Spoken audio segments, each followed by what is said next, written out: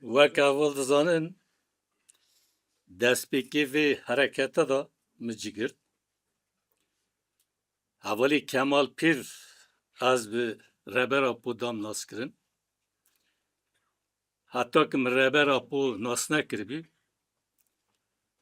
ne Kurdistan, ne gelê Kurd, ne jî min bi xwe fehm nekiribî. Wextê ki min rebera pû fehm kir, yani ki dît ez axiftim, wexte min rastiya Kurdistan, gelê Kurd, axa şexsî fehm kir. Bi wê di destpêkê de heta niha min rebera pû bû xwe ses wergirt.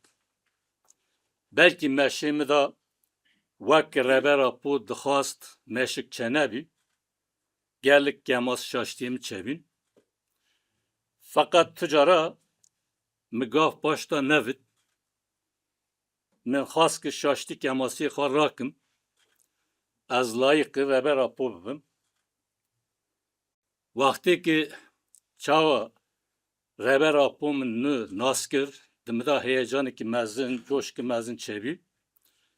Wextê ki pêngava Partiya PK hate damezrandin jî aynı coş, aynı moral mi jiyan kir.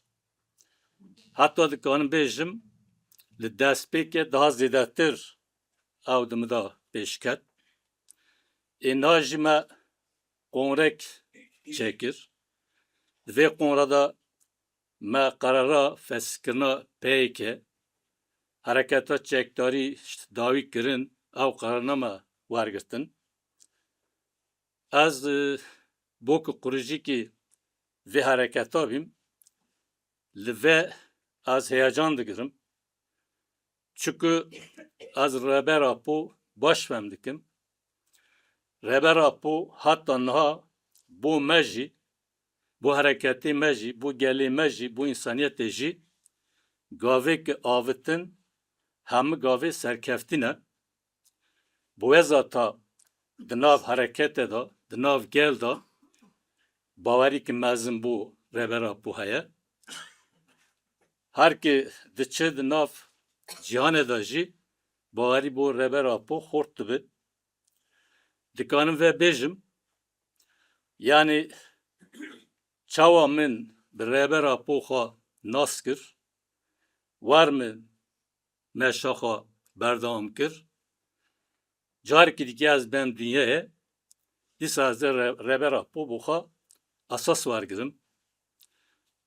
Tiştêke bi kurtayî bêjim ew in, ez dibêjim bijî rebera pû, bijî PK.